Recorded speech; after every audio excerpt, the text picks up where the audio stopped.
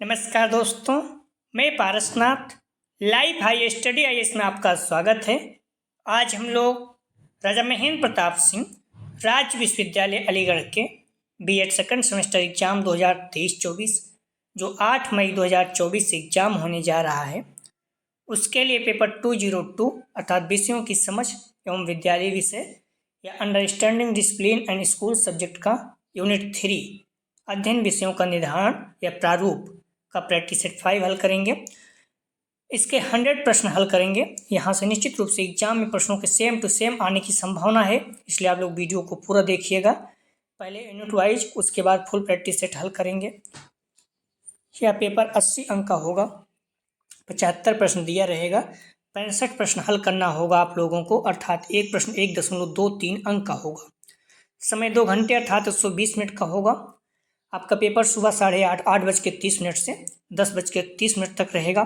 इस पेपर में पास होने के लिए आप लोगों को कम से कम 32 अंक प्राप्त करना होगा, अर्थात 26 प्रश्न सही करना होगा। दोस्तों, प्रश्नों पर आएँ, लेकिन उससे पहले प्लीज़ आप लोग वीडियो को ज़्यादा से ज़्यादा शेयर कीजिए, जिससे सभी लोगों को लाभ हो सके। यदि आप लोग चैनल को सब्सक्राइब नहीं किए हैं, चैनल को सब्सक्राइब कीजिए तथा वीडियो को लाइक और शेयर जरूर कीजिए, इससे मोटिवेशन मिलता है।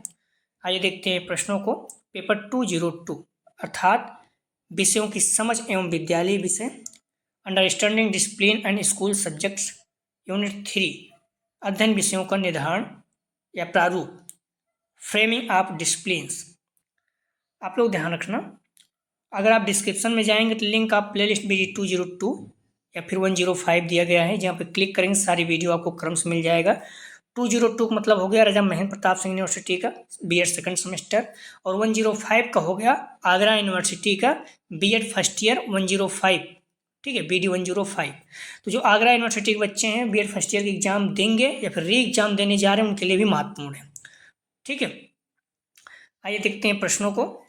प्लीज़ आप लोग वीडियो को लाइक और शेयर जरूर करें, इससे हमें मोटिवेशन मिलता है और आपको कोई नुकसान नहीं होता है। पहला प्रश्न है, सबके लिए शिक्षा संविधान के किस अनुच्छेद में है? ए अनुच्छेद 29, बी अनुच्छेद 45B, सी अनुच्छेद 14 व 15, डी अनुच्छेद 46। सही जवाब हो जाएगा बी, अनुच्छेद 45B। अगला प्रश्न है, शिक्षा पर कोठारी आयोग रिपोर्ट का शीर्षक क्या था? ए भावी अधिगम्बी, शिक्षा का विविधीकरण सी, शिक्षा और राष्ट्रीय विकास डी, सर्व शिक्षा। शिक्षा पर कोठारी आयोग रिपोर्ट का शीर्षक क्या था? सही जवाब हो जाएगा सी, शिक्षा और राष्ट्रीय विकास। महत्वपूर्ण प्रश्न है, बार बार पूछा जाता है। अगला प्रश्न है, 1966 में स्वास्थ्य का नया सिद्धांत दिया? ए फ्रेडरिक हर्जबर्ग वी, ह्यूम ने सी, और रॉस ने डी, नेल्सन ने। सही जवाब हो जाएगा 3 का ध्यान रखना, ए फ्रेडरिक हर्जबर्ग ने। ध्यान रखना, प्रेरणा स्वच्छता सिद्धांत का प्रतिपादन फ्रेडरिक हर्जबर्ग ने किया था। अगला प्रश्न है, 10+2+3 शैक्षिक संरचना फार्मूले को व्यवहारिक रूप से किसके द्वारा प्रयोग में लाया गया? ए माध्यमिक शिक्षा आयोग, बी राष्ट्रीय शिक्षा नीति 1986 द्वारा, सी कोठारी कमीशन द्वारा, डी भारतीय शिक्षा आयोग द्वारा। सही जवाब हो जाएगा 4 का बी, राष्ट्रीय शिक्षा नीति 1986 द्वारा। अगला प्रश्न है, मोस्लो के अनुसार सिद्धांत में कितने प्रकार की आवश्यकताओं का उल्लेख है? ए 3, बी 4, सी 5, डी 6। सही जवाब हो जाएगा सी 5। महत्वपूर्ण ध्यान रखना आप लोग, मोस्लो ने आवश्यकता प्रदान क्रम सिद्धांत का प्रतिपादन 1954 में किया था, ठीक है, क्रम याद रखना आप लोग। अगला प्रश्न है, स्नेह या प्रेम की आवश्यकता को मोस्लो ने कितने भागों में बांटा है? सही जवाब हो जाएगा 6 का सी, 4, स्नेह या प्रेम की आवश्यकता। आत्म प्रेम, दूसरा जो है दूसरों से प्रेम चाहना।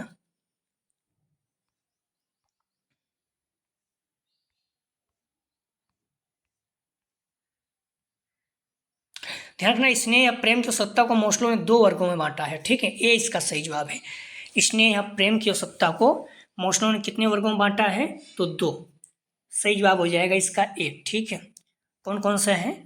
आत्म प्रेम और दूसरा दूसरों से प्रेम चाहना। तो 6 का सही जवाब हो जाएगा 1, ठीक है। अगला प्रश्न है, ग्राफ, रेखाचित्र, शाब्दिक कथन आदि सभी पैराडाइम के अंग हैं या कथन हैं। ए गांधी जी का, बी होल्ड का, सी कर्लिंगर का, डी क्लोनबैक का।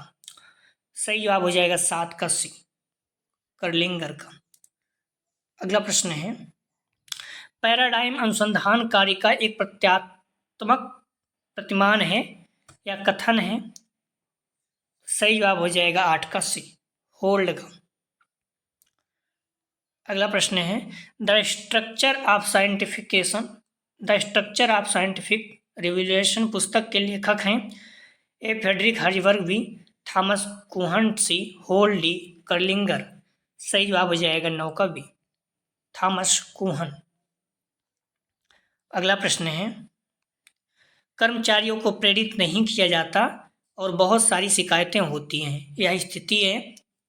ए कम स्वच्छता और उच्च प्रेरणा, बी कम स्वच्छता और कम प्रेरणा, सी उच्च स्वच्छता और कम प्रेरणा, डी उच्च स्वच्छता और उच्च प्रेरणा। कर्मचारियों को प्रेरित नहीं किया जाता और बहुत सारी शिकायतें होती हैं, यह स्थिति कैसी है। सही जवाब हो जाएगा बी, कम स्वच्छता और कम प्रेरणा।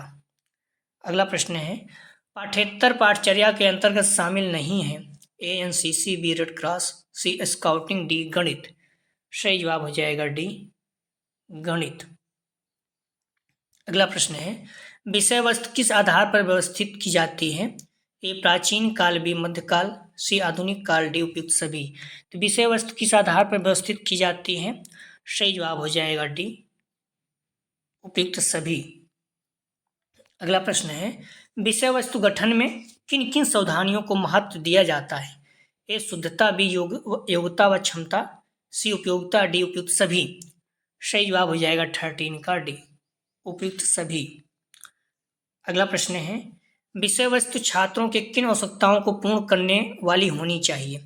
ए कौशल, बी रुचियाँ, सी मूल, डी उपयुक्त सभी। सही जवाब हो जाएगा 14 का डी, उपयुक्त सभी। अगला प्रश्न है, अधिगम अनुभव छात्रों को किन क्षेत्रों में पूर्ण विकास की शक्ति देने वाले होनी चाहिए। ए संज्ञानात्मक, बी भावात्मक, सी मनोक्रियात्मक, डी उपयुक्त सभी। सही जवाब हो जाएगा 15 का डी, उपयुक्त सभी। अगला प्रश्न है, पाठ्यक्रम की प्रवृत्ति क्या है। ए परिवर्तित होना, बी विकसित होना, सी ए बी दोनों, डी इनमें से कोई नहीं। तो पाठ्यक्रम की प्रवृत्ति क्या है।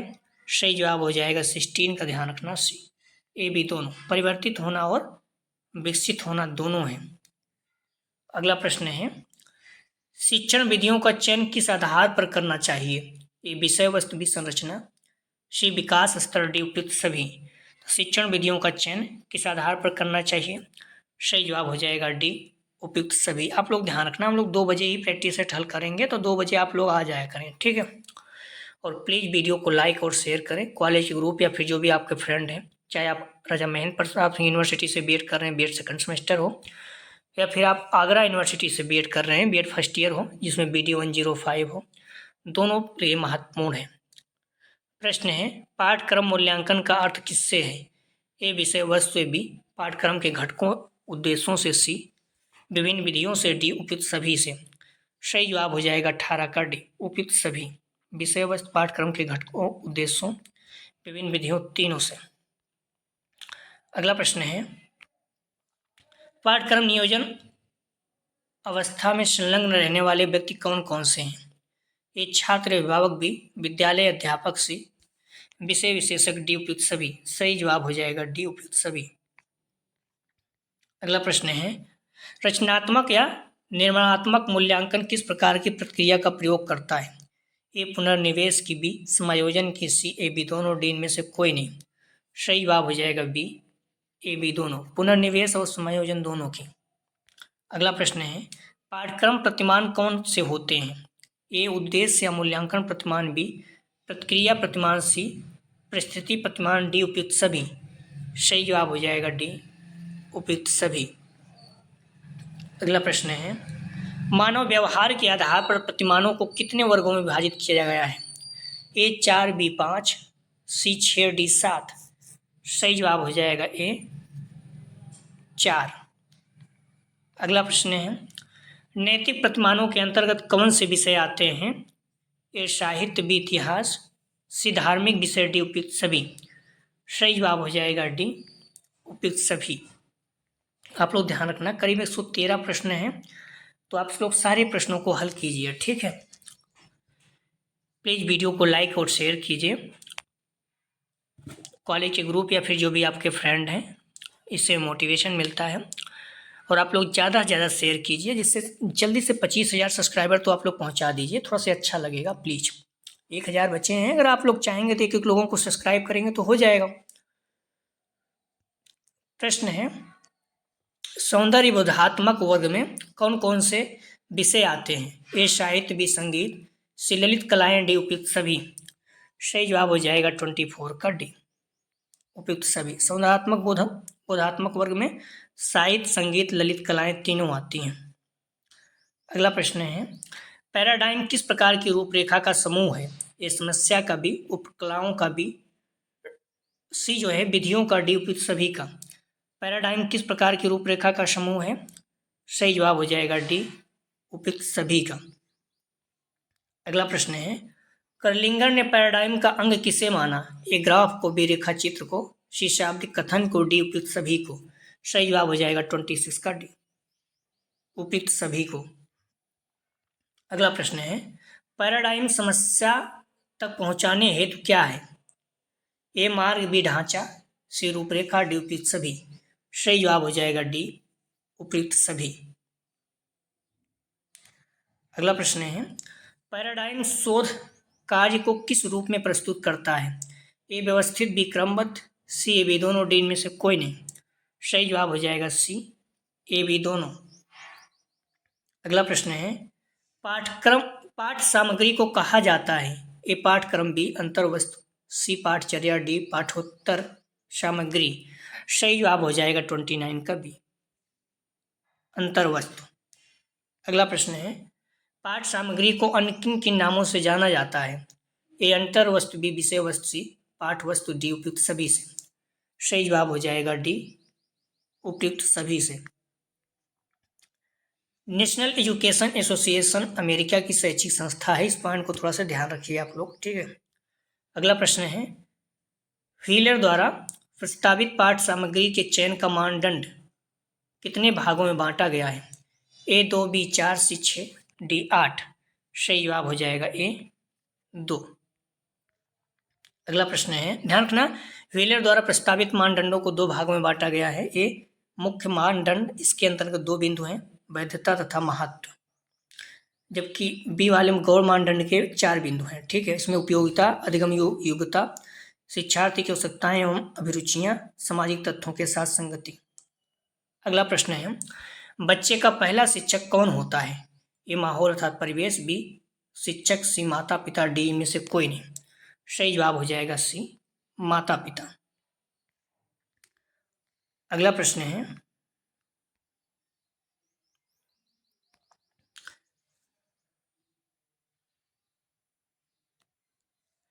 एक शिक्षक को समाज में सम्मान मिलना चाहिए जब वह एक आदर्श जीवन जीता है, बी निष्ठापूर्वक अपनी ड्यूटी करता है, सी प्रभावकारी तरीके से पढ़ाने में सक्षम हो, डी उपयुक्त सभी।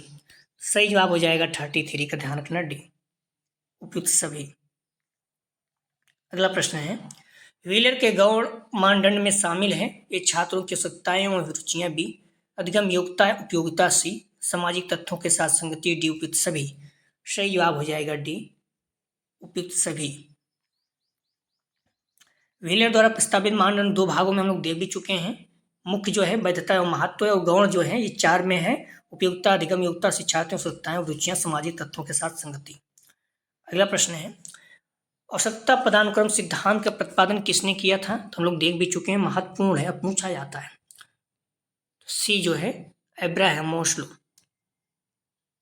मोस्लो पिरामिड या मोस्लो के आवश्यकता पदानुक्रम अब्राहम मैस्लो द्वारा प्रतिपादित किया गया एक मनोवैज्ञानिक सिद्धांत, तो जिन्हें ए थ्योरी ऑफ ह्यूमन मोटिवेशन नामक अपने ग्रंथ में 1954 में प्रस्तुत किया था। मोस्लो का प्रथम मनोवैज्ञानिक है जिसने आत्मसिद्धि प्रत्यय का अध्ययन किया, ठीक है।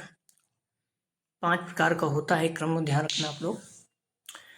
प्रश्न है, अभिप्रेरक स्वच्छता सिद्धांत का प्रतिपादन किया गया?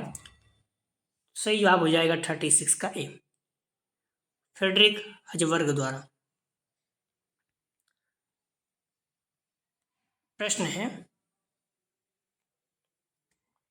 पाठ्यक्रम को अन्य किस नाम से जाना जाता है? तो ध्यान रखना, सही जवाब हो जाएगा 37 का डी, पाठ विवरण। ठीक है, पाठ्यक्रम को अन्य किस नाम से जाना जाता है? तो पाठ विवरण से। अगला प्रश्न है,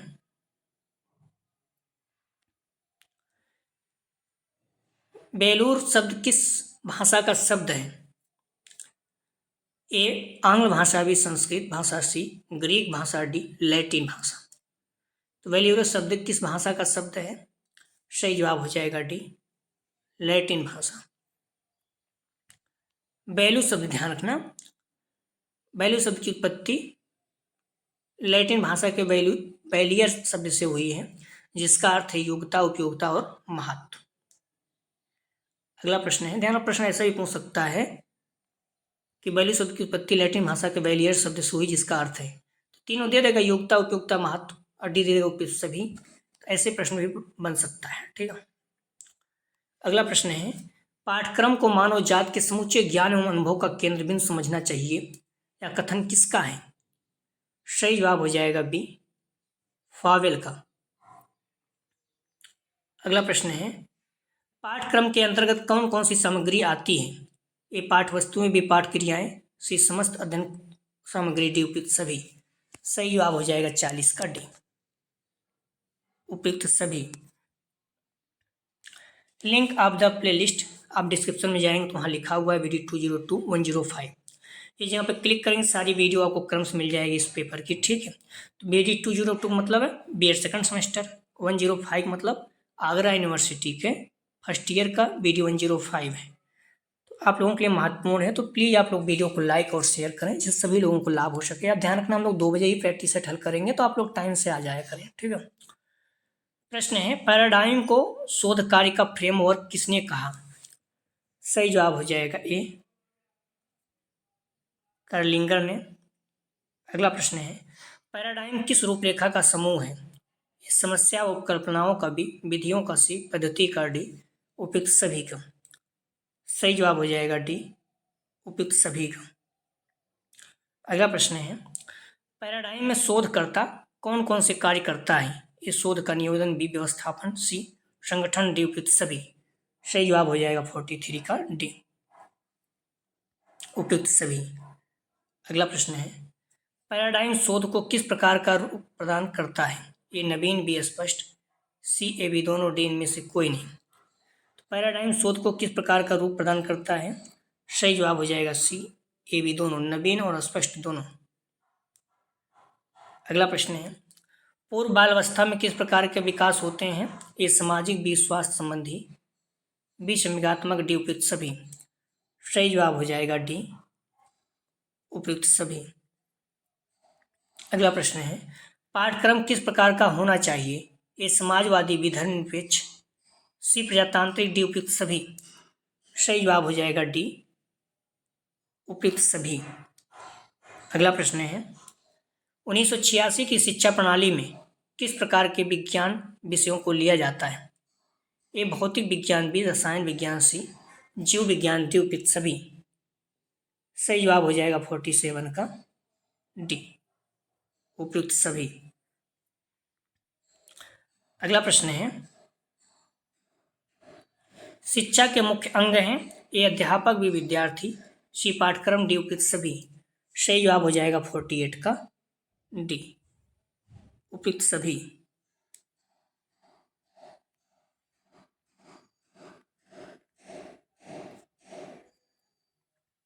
तो सब प्रश्न इधर उधर हो गया, तो आप लोग ध्यान रखना, समाज के एक एजेंट के रूप में स्कूल का प्राथमिक कार्य क्या है? समाज के एक एजेंट के रूप में स्कूल का प्राथमिक कार्य है, सही जवाब हो जाएगा 49 का, ध्यान रखना डी, बच्चों को अपने परिवेश में समझने में मदद देना। अगला प्रश्न है, परिवार किसकी मुख्य एजेंसी है? ए औपचारिक शिक्षा, बी तकनीकी शिक्षा, सी धर्मनिरपेक्ष शिक्षा, डी अनौपचारिक। परिवार किसकी मुख्य एजेंसी है?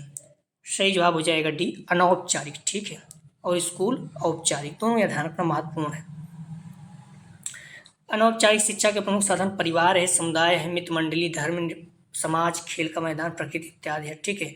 और औपचारिक साधनों का उदाहरण है स्कूल, व्यवस्थित मनोरंजन केंद्र तथा पुस्तकालय आदि। अगला प्रश्न है, सामान्यकृत विचार तथा विशेषताएं जो एक पुरुष तथा महिला में होनी चाहिए निम्न में से क्या है? सही जवाब हो जाएगा ए, जेंडर भूमिका। अगला प्रश्न है, छात्रों में पारस्परिक क्रिया को बढ़ावा देने के लिए निम्न में से किसका उपयोग किया जाता है? सही जवाब हो जाएगा ए, भाषा संबंधी खेल। अगला प्रश्न है, सर्वोत्तम विषय वस्तु किसे कहते हैं? ए, विश्वसनीयता, बी, वैधता को, सी, आशावादिता को, डी, उपयुक्त सभी। सही जवाब हो जाएगा डी, उपयुक्त सभी को। अगला प्रश्न है, विषय वस्तु चयन में किन बातों का ध्यान रखा जाना चाहिए? ए, छात्र रुचि का, बी, वैज्ञानिक दृष्टिकोण का, सी, उपलब्धियों का, डी, उपयुक्त सभी का। सही जवाब हो जाएगा 54 का डी, उपयुक्त सभी का। तो विषय वस्तु चयन में किन बातों का ध्यान रखना जाना चाहिए? तो सही जवाब हो जाएगा इसका डी, उपयुक्त सभी। छात्र की रुचि, वैज्ञानिक दृष्टिकोण, उपलब्धियों का। ठीक है, इसमें सही जवाब हो जाएगा इसका डी, तीनों। अगला प्रश्न है, पाठ्यक्रम का मुख्य आधार क्या होता है? ए, शिक्षा को, बी, शिक्षा कैसी, ए, शिक्षा किसको, बी, शिक्षा कैसी, सी, शिक्षा कब, डी, उपयुक्त सभी। पाठ्यक्रम का मुख्य आधार क्या होता है? सही जवाब हो जाएगा 55 का डी, उपयुक्त सभी। अगला प्रश्न है,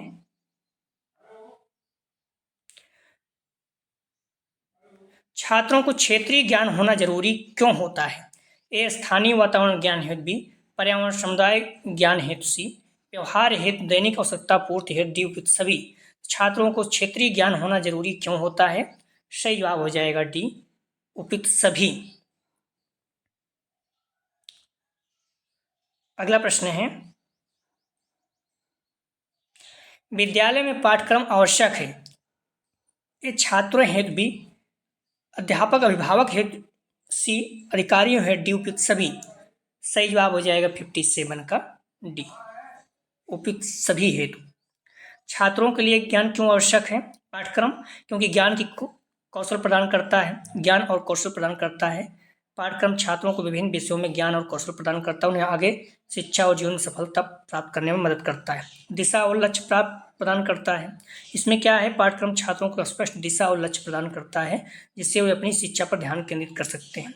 मूल्यांकन और प्रगति के आधार, पाठ्यक्रम मूल्यांकन और प्रगति का आधार प्रदान करता है। ठीक है, जिससे छात्रों को, शिक्षकों को यह पता चल सके कि वे कितना सीख रहे हैं, उन्हें क्या सुधार करने की आवश्यकता है। दूसरा पॉइंट है, अध्यापक और अभिभावक के लिए शिक्षा और मार्गदर्शन के लिए ढांचा। पाठ्यक्रम अभिभावकों को शिक्षा और मार्गदर्शन के लिए एक ढांचा प्रदान करता है जिससे वह छात्रों को प्रभावी ढंग से पढ़ा सके।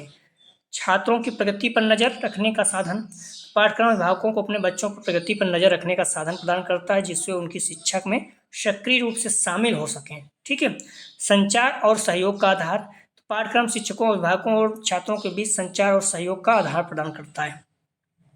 अधिकारियों के लिए, तो अधिकारियों के लिए एक ध्यान रखना पहला पॉइंट रहेगा शिक्षा प्रणाली को व्यवस्थित करने का साधन। दूसरा जो है शिक्षा नीति बनाने का आधार। इसमें अगर आप देखेंगे पाठ्यक्रम शिक्षा नीति बनाने का आधार प्रदान करता है जिससे यह सुनिश्चित किया जा सके कि सभी छात्रों को गुणवत्ता शिक्षा प्राप्त हो। और तीसरा जो है शिक्षा प्रणाली मूल्यांकन करने का साधन, पाठ्यक्रम अधिकारियों को शिक्षा प्रणाली का मूल्यांकन प्रदान करने की और उनकी कमियों दूर करने का साधन प्रदान करता है। अगला प्रश्न है, अभिप्रेरकों को कितने वर्गों में विभक्त किया गया है? सही जवाब हो जाएगा बी, 2। अगला प्रश्न है, ध्यान में 2 तरह का है, पहला आंतरिक प्रेरणा मतलब इंटरनल मोटिवेशन और दूसरा बाहरी प्रेरणा एक्सटर्नल मोटिवेशन। ठीक है, तो प्रेरणा 2 प्रकार की होती है और प्रेरणा 2 प्रकार के इसमें आप देख सकते हैं सी वाले में विस्तार से। ठीक है, तो आप लोग थोड़ा सा ध्यान रखिएगा। ठीक है, प्रेरणा वो कितने वर्गों में विभक्त किया गया है? तो 2 प्रकार।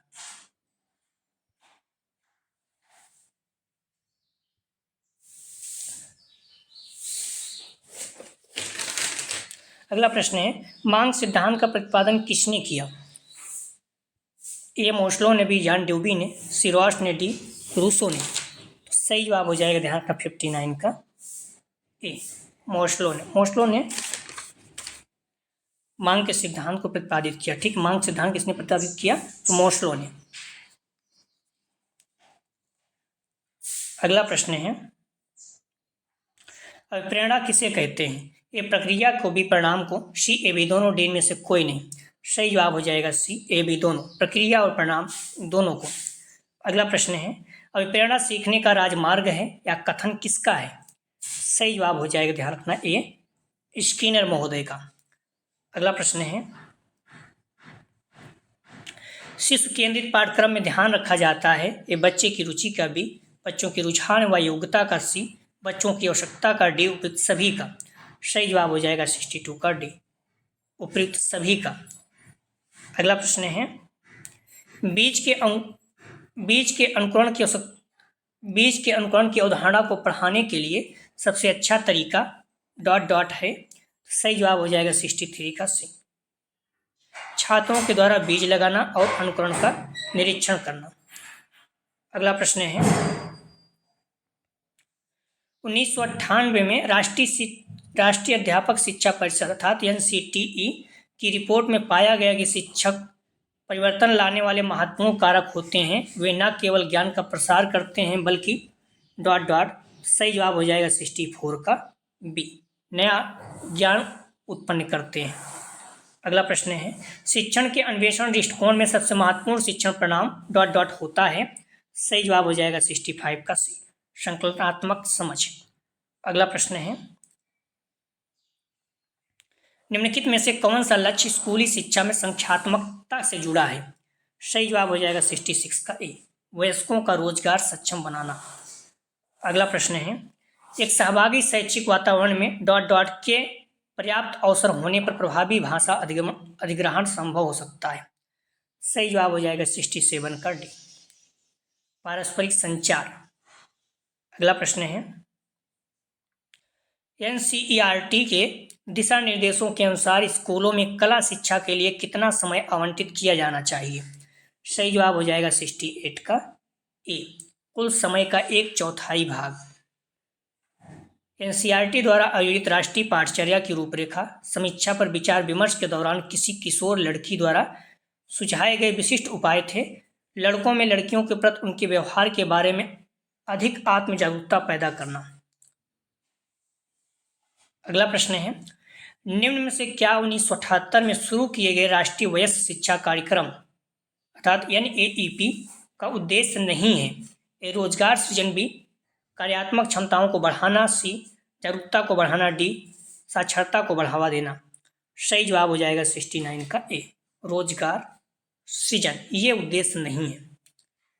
अगला प्रश्न है, दूरस्थ शिक्षा का सबसे शुरुआती तरीका कौन से था? ए पत्राचार के माध्यम से, बी वीडियो कॉन्फ्रेंस, सी ऑनलाइन शिक्षा के साथ साथ आमने सामने के सत्र, डी टेली कॉन्फ्रेंसिंग। सही जवाब हो जाएगा ए पत्राचार के माध्यम से। अगला प्रश्न है, एक देशी शिक्षण सहायक सामग्री कैसी नहीं होती है? ए महंगी, बी दूर स्थानों पर लाई गई सामग्री से निर्मित, सी स्थानीय तौर पर विकसित, डी प्रासंगिक। सही जवाब हो जाएगा 71 का, सी स्थानीय तौर पर विकसित। अगला प्रश्न है, अध्यापक विधि के रूप में टीवी अथवा वीडियो प्रस्तुतिकरण का फायदा कौन सा नहीं है? सही जवाब हो जाएगा 72 का, सी यह शिक्षार्थियों में एक प्रकार के देशीयतावाद को प्रोत्साहन करती है, ये नहीं है। अगला प्रश्न है, प्रशिक्षित विजुअल एंड कॉन्सिंग नहीं है? ए स्लाइडें, बी बार चार्ट, सी हाथ में पकड़ा प्रोजेक्टर, डी वीडियो प्रोजेक्टर। तो प्रक्षिप्त विजुअल एंड कौन सा नहीं है? तो सही जवाब हो जाएगा 73 का, बी बार चार्ट जो है ये नहीं है। अगला प्रश्न है, ध्यान रखना, दृश्य श्रव्य सहायक सामग्री का मुख्य उद्देश्य वास्तविक अधिगम अनुभवों को सार्थक विद्यार्थी सहभागित्व का अवसर देना है। अगला प्रश्न है, NCERT के विषय में निम्नलिखित में से कौन सा कथन सही नहीं है? सही जवाब हो जाएगा 74 का, ध्यान रखना, बी यह एक सांविधिक संस्था है जिसकी स्थापना संसद के अधिनियम द्वारा की गई। ये सही नहीं है, बाकी सारे कथन सही हैं। ठीक, इसका मुख्य फोकस इसका मुख्य सरोकार विद्यालयी शिक्षा की गुणवत्ता में सुधार लाना है, या सोसाइटी पंजीकरण अधिनियम के अंतर्गत पंजीकृत संस्था है, या भारत सरकार की स्वायत्त संस्था है। तो ये तीनों सही हैं, लेकिन जो बी है ये सही नहीं है। ठीक है, सही जवाब इसलिए इसका हो जाएगा बी। अगला प्रश्न है, एनसीईआरटी के अनुसार डॉट डॉट की आयु तक बच्चे में समस्या निवारण कौशल विकसित हो जाता है। सही जवाब हो जाएगा 75 का सी, 4 साल प्लस। अगला प्रश्न है, कक्षा के माहौल के विशेष संदर्भ में शून्य का एक मुख्य अवयव है। ए श्रवण, बी एकाग्र रहना, सी उत्तर देना, डी समझना और याद रखना। सही जवाब हो जाएगा 76 का डी, समझना और याद रखना। अगला प्रश्न है, पाठचर्या उपागम की मुख्य कोटियां कौन सी हैं? ए विषय केंद्रित उपागम, बी सामाजिक समस्या केंद्रित, सी अध्येता केंद्रित उपागम, डी उपयुक्त सभी। सही जवाब हो जाएगा 77 का डी, उपयुक्त सभी। अगला प्रश्न है, पैराडाइम शोध कार्यों हेतु क्या प्रस्तुत करते हैं? ए उपयुक्त डिजाइन, बी उपयुक्त संहिता, सी ए बी दोनों, डी इनमें से कोई नहीं। सही जवाब हो जाएगा सी ए बी दोनों। अगला प्रश्न है, पाठचर्या उपागम के मुख्य विषय हैं। ए गणित, बी विज्ञान, सी सामाजिक विज्ञान, डी उपयुक्त सभी। सही जवाब हो जाएगा 79 का डी, उपयुक्त सभी। अगला प्रश्न है,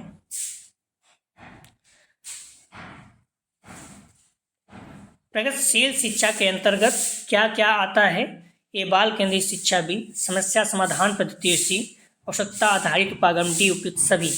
सही जवाब हो जाएगा 80 का ध्यान रखना, डी उपयुक्त सभी। अगला प्रश्न है, ध्यान रखना आप लोग डिस्क्रिप्शन में जाएंगे, वहाँ देखेंगे तो लिंक ऑफ प्लेलिस्ट BD 202 दिया गया है। इस जगह पे क्लिक करेंगे, सारी वीडियो आपको क्रम से मिल जाएगी। और वहाँ पर 105 इसलिए दिया गया है कि आगरा यूनिवर्सिटी जो बच्चे BEd फर्स्ट ईयर में हैं उनके लिए भी महत्वपूर्ण है BEd फर्स्ट ईयर का पेपर 105। अगला प्रश्न है, पाठ्यक्रम संगठन के मुख्य उपागम कौन से हैं? ए बाल केंद्रित शिक्षा, बी अनुशासन केंद्रित शिक्षा, सी ए बी दोनों, डी इनमें से कोई नहीं। सही जवाब हो जाएगा सी ए बी दोनों, बाल केंद्रित और अनुशासन केंद्रित दोनों। अगला प्रश्न है, प्रारंभिक बाल अवस्था के 2-3 वर्षों में किस बात का अभ्यास कराया जाता है? ए बोध का, बी आत्मविश्वास का, सी ए बी दोनों, डी इनमें से कोई नहीं। सही जवाब हो जाएगा सी ए बी दोनों का। अगला प्रश्न है, ज्ञानात्मक कौशलों के विकास पर मुख्य कौन सी विद्यालयी विचारों को रखा गया है? ए विषय पठन, बी पत्रकारिता, सी शारीरिक विज्ञान, डी उपयुक्त सभी। सही जवाब हो जाएगा 83 का डी, उपयुक्त सभी। अगला प्रश्न है, पैराडाइम में प्रस्तुतिकरण किन दृश्य श्रव्य सामग्रियों का प्रयोग होता है? ए तालिकाओं, बी ग्राफ, सी रेखा चित्रों, डी उपयुक्त सभी। सही जवाब हो जाएगा डी, उपयुक्त सभी। अगला प्रश्न है, पैराडाइम समस्या के अध्ययन को क्या रूप प्रदान करता है? ए सरलता का, बी सुगमता, सी ए बी दोनों, डी इनमें से कोई नहीं। सही जवाब हो जाएगा सी ए बी दोनों, सरलता और सुगमता दोनों। अगला प्रश्न है, पाठ्यक्रम नियोजन की प्रक्रिया में मुख्य भूमिका किसकी है? ए शैक्षिक अभिकरणों की, बी छात्रों की, सी अध्यापकों की, डी उपयुक्त सभी की। सही जवाब हो जाएगा 86 का डी, उपयुक्त सभी की। अगला प्रश्न है, क्रिया विश्लेषण में किन क्रियाओं का विश्लेषण किया जाता है? ए सामाजिक, बी व्यवसायिक, सी उपयुक्त दोनों, डी इनमें से कोई नहीं। सही जवाब हो जाएगा 87 का ध्यान रखना, सी सामाजिक और व्यवसायिक दोनों। अगला प्रश्न है, पाठ्यक्रम की सर्वाधिक लोकप्रिय परिभाषा किसकी है? सही जवाब हो जाएगा 88 का ए, कनिंघम की। अगला प्रश्न है, पाठ्यक्रम द्वारा छात्रों को अवसर प्राप्त होते हैं। ये जीवन की कला, बी लक्ष्य की एकाग्रता, सी छात्रों को दिशा निर्देश देना, डी उपयुक्त सभी। सही जवाब हो जाएगा 89 का डी, उपयुक्त सभी। अगला प्रश्न है, पाठ्यक्रम में शामिल किया जाता है ए विभिन्न अनुभव, बी कक्षा में पढ़ाए जाने वाले विषय, सी विभिन्न अन्य क्रियाएं, डी उपयुक्त सभी। तो पाठ्यक्रम में शामिल किया जाता है, सही जवाब हो जाएगा 90 का डी, उपयुक्त सभी। अगला प्रश्न है, करीब 113 प्रश्न है, तो प्रश्न आप लोग पूरा देखिएगा। कार्यानुभव का उद्देश्य है ए रुचि, सामर्थ्य व योग्यता अनुसार शिक्षा देना, बी आर्थिक बचत योजना चलाना, सी सहयोगी प्रकार से कार्य पूर्ण करना, डी उपयुक्त सभी। सही जवाब हो जाएगा डी उपयुक्त सभी। अगला प्रश्न है, प्रत्येक समुदाय की कुछ मान्यताएं, अवधारणाएं व विश्वास होती हैं जो क्या कहलाते हैं? ए पैराडाइम, बी उपागम, सी अनुभव, डी प्रयोग। सही जवाब हो जाएगा ए पैराडाइम। अगला प्रश्न है, मानव व्यवहार के आधार पर व्यवहार प्रतिमानों को कितने वर्गों में विभाजित किया गया है? सही जवाब हो जाएगा सी 4। अगला प्रश्न है, जो संस्थाएं मानव समूह द्वारा किसी निश्चित उद्देश्य हेतु निश्चित की जाती है वह कहलाती है? सही जवाब हो जाएगा 94 का ए मानवीय संस्थाएं। अगला प्रश्न है, व्यवहारवादी विचारधारा के अनुसार सामाजिक अध्ययन कक्षा के लिए 30 विद्यार्थियों हेतु स्थान की आवश्यकता होगी। सही जवाब हो जाएगा 95 का ए 15 × 24 वर्ग फुट की। ठीक है, 15 × 24 वर्ग फुट की। अगला प्रश्न है, पाठ्य पुस्तक के प्रत्येक पाठ के अंत में होनी चाहिए? ए प्रश्न बैंक, बी नवीनतम आंकड़ों का संग्रह, सी मानचित्र एवं चित्रों का प्रयोग, डी इनमें से कोई नहीं। सही जवाब हो जाएगा 96 का ए प्रश्न बैंक, मतलब लास्ट में प्रश्न उत्तर होना चाहिए।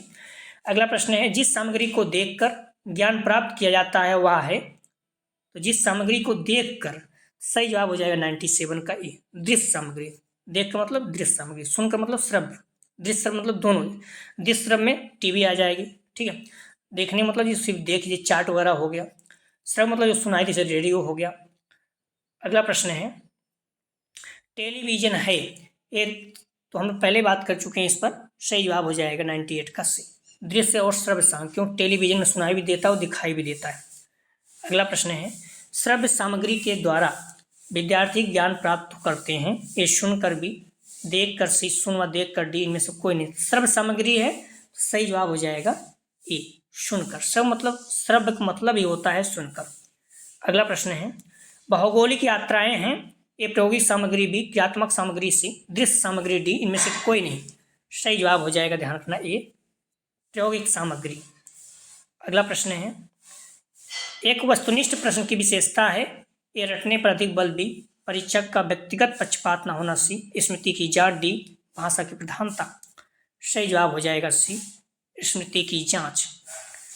अगला प्रश्न है, जब छात्र अपूर्ण कथन को पूरा करता है तो परीक्षा के इस रूप को कहते हैं? सही जवाब हो जाएगा सी प्रत्यास्मरण रूप परीक्षा। अगला प्रश्न है, हिंदी संघ की राजभाषा के रूप में किस भाषा को महत्वपूर्ण स्थान दिया गया है? सही जवाब हो जाएगा, ध्यान रखना, बी मातृभाषा। अगला प्रश्न है, पाठ्यक्रम की मुख्य समस्या क्या है? सही जवाब हो जाएगा 104 का, ध्यान रखना, ए विषय वस्तु का चयन। अगला प्रश्न है, कोठारी आयोग ने कक्षा 5 में विज्ञान का कौन सा वर्ग पढ़ाने पर बल दिया? ये भौतिक शास्त्र बी, भूगर्भ शास्त्र सी, जीव विज्ञान डी, उपयुक्त सभी। सही जवाब हो जाएगा 105 का डी उपयुक्त सभी। अगला प्रश्न है, मूल्यांकन द्वारा पता चलता है? सही जवाब हो जाएगा 106 का ए छात्रों के व्यवहार परिवर्तन का। अगला प्रश्न है, श्रव्य सामग्री में आता है? सही जवाब हो जाएगा 107 का बी रेडियो एवं ग्रामोफोन, जो सुनाई दे। अगला प्रश्न है, चित्रों को एक क्रम में प्रदर्शित करने तथा अंकित व्यक्तियों या वस्तुओं की तुलना करने के लिए महत्वपूर्ण उपकरण होता है? तो सही जवाब हो जाएगा सी फ्लैनेल बोर्ड। अगला प्रश्न है, मूल स्रोतों में आते हैं एक खंडहर व प्रतिमाएं भी, दंत कथाएं एवं परंपराएं सी, हस्तलेख, फरना व संधियां डी, उपयुक्त सभी। तो मूल स्रोतों में आते हैं, सही जवाब हो जाएगा डी उपयुक्त सभी, ए बी दोनों। अगला प्रश्न है, अभ्यासात्मक योजनाओं में निहित है ये मॉडल बनाना भी, किसी वस्तु के सौंदर्य का रसास्वादन करना सी, शब्दों के उच्चारण का अभ्यास करना डी, संगीत सुनना। तो अभ्यासात्मक योजनाओं में निहित है, सही जवाब हो जाएगा, ध्यान रखना, सी शब्दों के उच्चारण का अभ्यास करना। अगला प्रश्न है, सामाजिक अध्ययन शिक्षक का मुख्य कार्य है? तो ए समाज विज्ञान तत्कालिक कार्यों में सहयोग बी, पाठ्यक्रम निर्धारण में सहयोग सी, पाठ्यवस्तु निर्माण में सहयोग डी, उपयुक्त सभी। सही जवाब हो जाएगा, ध्यान रखना डी, उपयुक्त सभी। अगला प्रश्न है, समुदाय के साधनों को विभाजित किया जा सकता है। ये भौगोलिक स्थितियां, बी सामाजिक संस्थाएं, सी संस्कृति, डी उपयुक्त सभी। सही जवाब हो जाएगा, ध्यान रखना डी, उपयुक्त सभी। अगला प्रश्न है, विद्यालय को समुदाय के निकट ले जाने के लिए किन उपायों को काम में लाया जाना चाहिए। ए सर्वेक्षण, बी क्षेत्र पर्यटन, सी समाज सेवा एवं संघों द्वारा, डी उपयुक्त सभी। सही जवाब हो जाएगा डी, उपयुक्त सभी। कुछ प्रश्न है, इसका जवाब आप लोग जरूर दीजिएगा, ठीक है। निश्चित रूप से एग्जाम में आपको सेम टू सेम देखने को मिल सकता है। कोठारी आयोग ने अखिल भारतीय संस्थाओं में शिक्षा का माध्यम किस भाषा को माना। ए अंग्रेजी भी, ए हिंदी भी अंग्रेजी, सी संस्कृत, डी फ्रेंच। अगला प्रश्न है, पाठ्य पुस्तकें होनी चाहिए। ए शिक्षक केंद्रित, बी बाल केंद्रित, सी नकल केंद्रित, डी इनमें से कोई नहीं। अगला प्रश्न है, प्रक्षेपित सामग्री में आते हैं ए श्यामपट्ट एवं कार्टून, बी प्रतिरूप एवं कठपुतलियाँ, सी प्लानेल बोर्ड, डी इनमें से कोई नहीं। अगला प्रश्न है, सबके लिए शिक्षा संविधान के किस अनुच्छेद में है। ए अनुच्छेद 29, बी अनुच्छेद 45 बी, सी अनुच्छेद 14-15, डी अनुच्छेद 46। अगला प्रश्न है, शिक्षा पर कोठारी आयोग रिपोर्ट का शीर्षक क्या था। ए भावी अधिगम, बी शिक्षा का विविधीकरण, सी शिक्षा और राष्ट्रीय विकास, डी सर्व शिक्षा। अगला प्रश्न है, 1966 में स्वास्थ्य का नया सिद्धांत दिया। ए फेरेडे हर्ट्ज ने, बी ह्यूज ने, सी रॉस ने, डी नेल्सन ने। अगला प्रश्न है,